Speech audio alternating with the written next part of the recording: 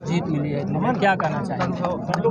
ये देखिए, हमारे पूजनीय प्रधानमंत्री जी और पूजनीय मुख्यमंत्री जी, डबल इंजन की सरकार जो चल रही है और जिस तरह से पूरे देश में अच्छा काम हो रहा है, कहीं न कहीं आजमगढ़ भी उसी से प्रभावित होकर के और यहाँ कमल खिलाया है। एक उम्मीद में कमल खिलाया है कि जैसे बाकी जगह का संपूर्ण विकास हो रहा है वैसे आजमगढ़ का भी होगा, और इस उम्मीद पे हम लोग खरा भी उतरेंगे।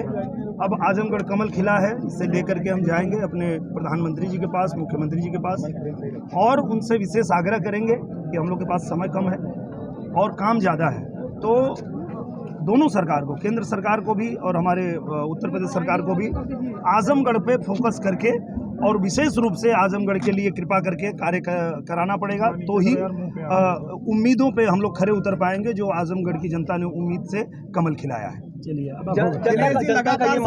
सांसद जी का आवास भी आजमगढ़ जनपद में होगा? 100% होगा, आजमगढ़ में ही होगा। और आजमगढ़ में वैसे भी मेरा, आप लोगों को बता दूं, मेरी मौसी का घर आजमगढ़ ही है, मेरे बुआ का घर आजमगढ़ है, मेरी दीदी का घर आजमगढ़ है। तो जिनको लगता है कि मैं बाहर से आया हूँ वो लोग भ्रम में हैं, उनको पता ही नहीं है कि मेरा पूरा बचपन आजमगढ़ में बीता है। मैं ज़्यादातर मेरे दोस्त मित्र साथी और जितने सहयोगी हैं सब आजमगढ़ में हैं। जितने साथी कलाकार आपको दिख रहे थे चुनाव के दौरान वो सब आजमगढ़ के हैं, तो मैं आजमगढ़ में ही रहूँगा और आजमगढ़ के लिए काम करने ही आया हूँ। दिनेश जी, समाजवादी पार्टी लगातार कह रही थी कि नाचने गाने वाले लोग हैं, इनकी राजनीति में क्या जरूरत है, क्या जवाब देना चाहेंगे आज? नहीं, मैं उनको जवाब देने की मुझे ज़रूरत नहीं है। मुझे लगता है जनता ने उनको जवाब दे दिया है और हम लोग तो बस अब जनता के सेवक बने हैं, जनता की सेवा करेंगे। उनको जैसे जनता ने जवाब दिया है उनको जवाब मिल गया है जी। Thank you. बहुत ही महत्वपूर्ण है क्योंकि ये आजमगढ़ की जनता की उम्मीद की जीत है। हमारे आजमगढ़ की जनता ने जो उम्मीद दिखाया है, जो विश्वास दिखाया है, उस विश्वास पे हमारी भारतीय जनता पार्टी पूरी तरह खरी उतरेगी।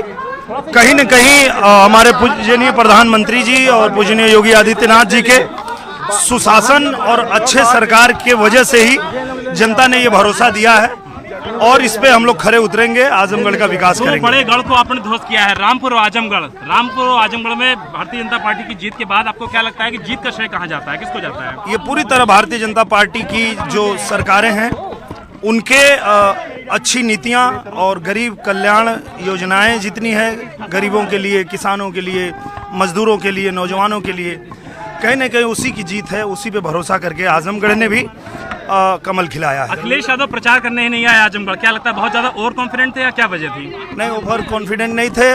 उनको पता था कि वो नहीं जीत पाएंगे यहाँ, क्योंकि एक बार जनता ने उनको चुना था और वो 3 साल में छोड़ के चले गए थे, उन्होंने कुछ किया नहीं था, तो उनको पता था कि जनता उनको नकार देगी और वही हुआ। धर्मेंद्र यादव को कहना है कि गुड्डू जमाली और भारतीय जनता पार्टी ने गठबंधन कर लिया था इसलिए वो हार गए और आप लोग जीत गए। नहीं, ये उनको थोड़ा मैं करेक्ट करना चाहता हूँ। जब 2019 में लड़े थे तो उन दोनों का गठबंधन था, इसलिए, नहीं तो उसी बार वो लोग हार गए होते।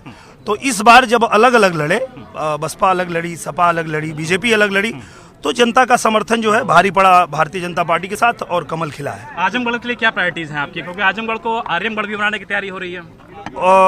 आजमगढ़ के लिए सबसे पहली जो तैयारी है वो ये है कि आजमगढ़ का जो रुका हुआ विकास है वो तुरंत स्पीड पकड़े।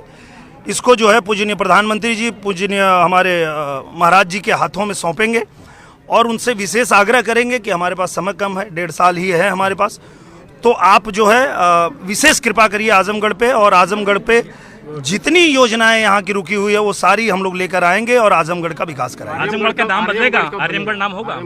ये तो मुख्यमंत्री जी बता पाएंगे, हमारे महाराज जी बता पाएंगे, इसके विषय में मैं क्या कह सकता हूँ। अच्छा, सपा का गढ़ कहा जाता था, अब तो गढ़ नहीं रहा, ये अब बीजेपी का गढ़ हो गया, ये भारतीय जनता पार्टी का गढ़ हो गया। जनता ने बता दिया है कि पूरा उत्तर प्रदेश ही